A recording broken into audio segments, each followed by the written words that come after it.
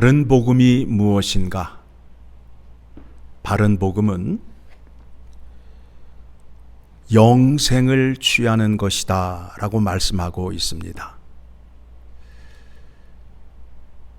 사도 바울이 목회자 디모데에게 전하는 메시지가 바른 교훈과 다른 교훈의 차이점을 말씀하고 있는데, 다른 교훈을 따르는 자에게는 어떠한 현상이 나타나는지를 앞절에서 말씀하였고, 이제 다시 한번 바른 복음이 무엇인지 재차 강조하고 있습니다.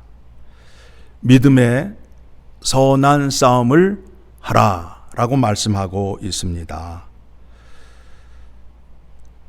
영생을 얻는 것인데, 그 영생은 하나님의 생명으로서 오직 예수 그리스도 안에만 있음을 우리가 이미 알고 있고, 그것을 지키기 위해서 어떻게 하여야 하는지 말씀으로 우리에게 권면을 하고 있는 것입니다. 예수 그리스도가 본이 되셔서 하나님 말씀에 죽기까지 순종하는데, 하나님 앞에서도 같았고 본디오 빌라도 앞에서도 같았다라는 겁니다. 언제 어디서 누구를 만나도 똑같은 믿음을 가져야 됨을 13절의 말씀에서 증거하고 있지요. 한번 읽어보겠습니다. 만물을 살게 하신 하나님 앞과 본디오 빌라도를 향하여 선한 증언을 하신 그리스도 예수 앞에서 내가 너를 명하노니. 그러니까 우리도 우리의 신앙 고백이 하나님 앞에서 본디오 빌라도 앞에서 같아야 된다라는 거예요. 이 사람 만날 때 다르고 저 사람 만날 때 다르면 안 된다라는 겁니다. 하나님의 생명을 가진 자는 언제 어디서나 똑같다는 거예요. 소금은 언제든지 짠맛을 내고 어디를 가든지 짠맛을 내요. 누구를 만나도 짠맛을 내요. 그와 같은 존재가 되어야 된다라는 겁니다. 그렇게 살다가 보면, 기약이 이르면 예수 그리스도께서 다시 오시는 그날 너에게 상급이 충만할 것이다 라고 말씀하고 있습니다. 그러면서 부탁하는 것이 무엇이냐면 하나님의 약속의 말씀을 따르라는 거예요. 16절의 말씀을 보게 되니까 하나님은 빛이심으로 인하여 볼 수 없는 분이래요. 그렇죠? 볼 수 없는 분이래요. 이단들의 특징이 무엇이냐면 자꾸 봤다는 거예요. 봤다는 거예요.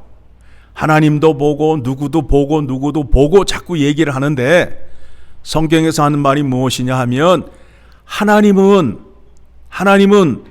너희가 볼 수 없는 분이다. 그분은 빛으로 되어 있기 때문에 너희가 볼 수 없다.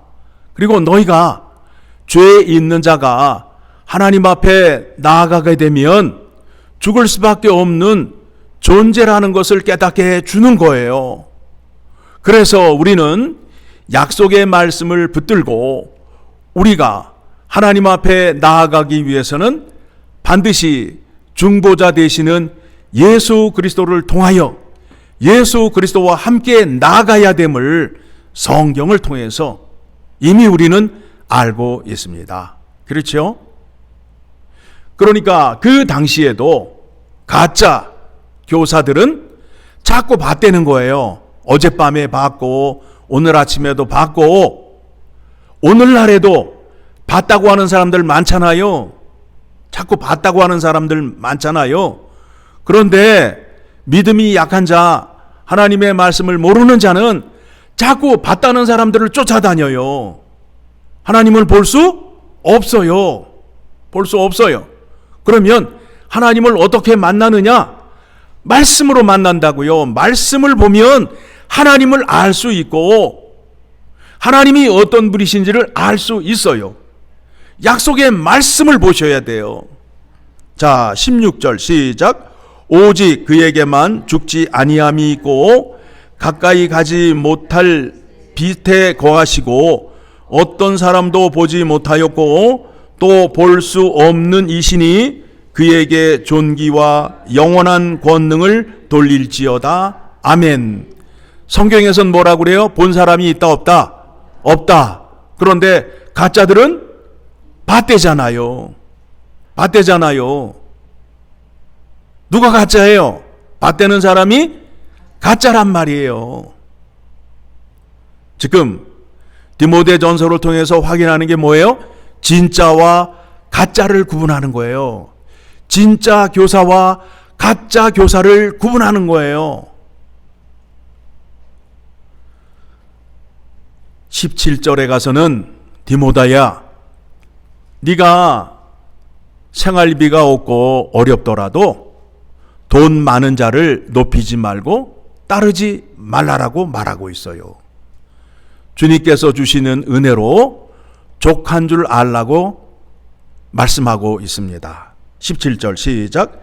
내가 이 세대에서 부한 자들을 명하여 마음을 높이지 말고 정함이 없는 재물에 소망을 두지 말고 오직 우리에게 모든 것을 후히 주사 누리게 하시는 하나님께 두며, 하나님께서 내게 주시는 은혜가 족한 줄 알고 살아야 돼요. 그래서 뭐 어떤 사람이 어쩌고 뭐 돈 많은 사람이 이런 말을 하고 따라갈 필요가 없다는 거예요. 없다는 거예요. 그러면서 18절에 같이 읽습니다. 선을 행하고 선한 사업을 많이 하고 나누어 주기를 좋아하며 너그러운 자가 되게 하라. 이것이 장래에 자기를 위하여 좋은 터에 쌓아 참된 생명을 취하는 것이니라. 이렇게 목회를 하여야 나중에 주님이 오시는 그날 상급을 받게 된다라는 겁니다. 여러분, 제가 여러분에게 거듭 말씀드리지만 하나님의 진리의 말씀을 선포하여야 하는데 여러분의 비유나 맞추고 갈비나 얻어먹기 위해서 돈 많은 사람의 얘기를 따르게 되면 그거는 안 된다라는 거예요. 그거는 바른 교사가 아니라는 거예요. 다른 교훈을 따르는 교사가 된다라는 겁니다. 그렇죠? 제가 하나님의 말을 들어야 되겠어요? 여러분의 말을 들어야 되겠어요? 하나님의 말씀을 따라야 된다고요. 우리가 이제 성경을 보았으니까 목사가 교회에서 어떻게 하여야 하는지 여러분들이 이제 알았어요. 그렇죠? 그러면 하나님의 말씀이 기준이 되어서 제가 하나님의 말씀대로 말씀도 전하지 아니하고 행하지 않게 되면 여러분들이 저를 나무라 할 수 있어요. 뭐라 할 수 있어요. 그런데 하나님의 말씀에 어긋난 것을 가지고 안 들어준다고 하고 그것 때문에 마음이 상하여서 삐지고 그러시면 안 된다라는 거예요. 이제는 믿음이 이제 장성한 믿음의 분량만큼 올라가셔야 될 거 아니에요. 고린도 교회처럼 믿음이 작아서 바울이 그들에게 하나님의 말씀을 전하고 그들을 대하는 데 있어서 젖병을 먹는 어린아이처럼 대할 수밖에 없었던 그 형편의 말씀을 우리가 알고 있잖아요. 그러면 유아부, 유치부에 있는 어린아이들은 이거 해도 잘했다고 하고 저거 해도 잘했다고 박수 쳐주잖아요. 그렇죠? 밥을 한 숟가락을 먹어도 잘했다고 그러고 화장실에 가서 응가를 해도 잘했다고 박수를 쳐주고 유치원에 왔다고 박수 쳐주고 그런 그 마음으로 이제는 교회를 오시면 안 된다라는 거예요. 이제는 내가 스스로 하나님의 말씀을 알아들을 수 있고 순종할 수 있는 자리에 서 있는 자가 되어서 하나님의 말씀을 듣고 판단함으로 인하여 이제 거짓과 진리를 구분할 수 있는 자리에 서 있어야 된다라는 겁니다. 이거를 갖지 못하게 되면 이단에게 넘어갈 수밖에 없잖아요. 바른 믿음을 가져야 함을 말씀하고 있습니다. 그 말씀에 대해서 20절 같이 읽습니다. 디모데야, 망령되고 헛된 말과 거짓된 지식의 반론을 피함으로 내게 부탁한 것을 지키라. 다른 교훈을 가지고 나와서 주장하는 사람은 이미 바른 믿음에서 떠난 사람이라는 거예요. 달리 말하면 바른 믿음을 따르려는 마음이 없는 사람이라는 거예요. 그러니까 어떻게 하라는 거예요? 피하라고, 상대하지 말라라는 거예요. 그러면서 21절의 말씀을 보게 되니까 뭐라고 되어 있습니까? 이것을 따르는 사람들이 있어 믿음에서 벗어났느니라. 그러니까 이미 지금 그 교회 안에 다른 교훈을 따르는 사람들이 있다는 거예요. 있다는 거예요. 그래서 은혜가 너희와 함께 있을지어다 라고 말씀하고 있습니다. 여러분, 우리가 하나님의 말씀을 믿고 믿음 생활을 하는 데 있어서 그 방향과 목적이 무엇인가를 생각하고 믿어야 된다라는 겁니다. 오늘 12절의 말씀을 보게 되니까 믿음의 선한 싸움을 싸우라, 영생을 취하라, 이를 위하여 네가 부르심을 받았고 많은 증인 앞에서 선한 증언을 하였도다. 영생의 싸움 아니에요? 그렇죠. 우리가 잘 알고 있는 그 성경 말씀이 있잖아요. 요한복음 3장 16절.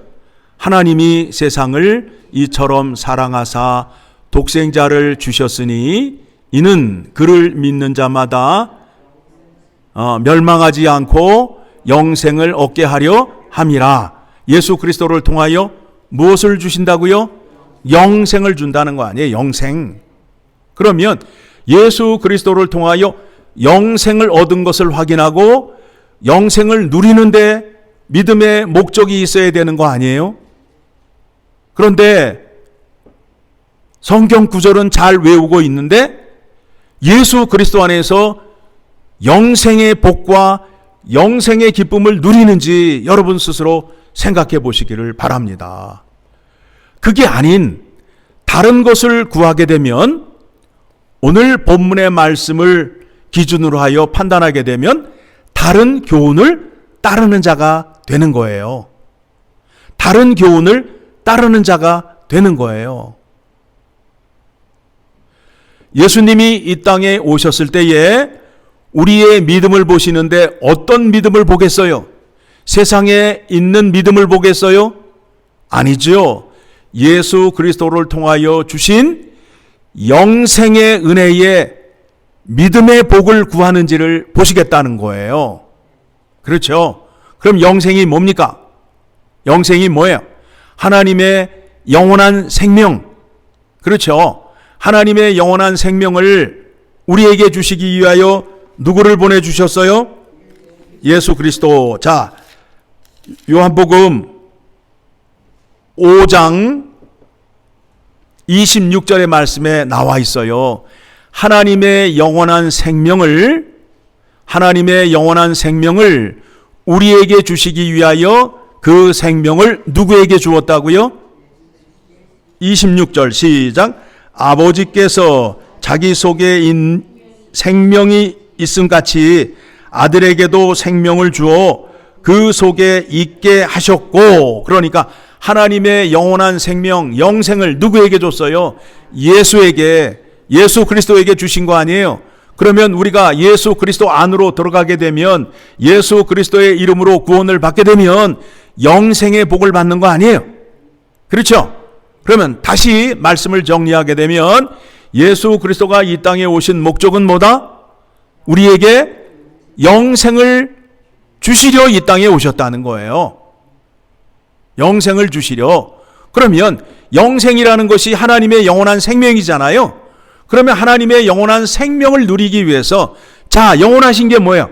하나님의 말씀이 영원하다는 거 아니에요?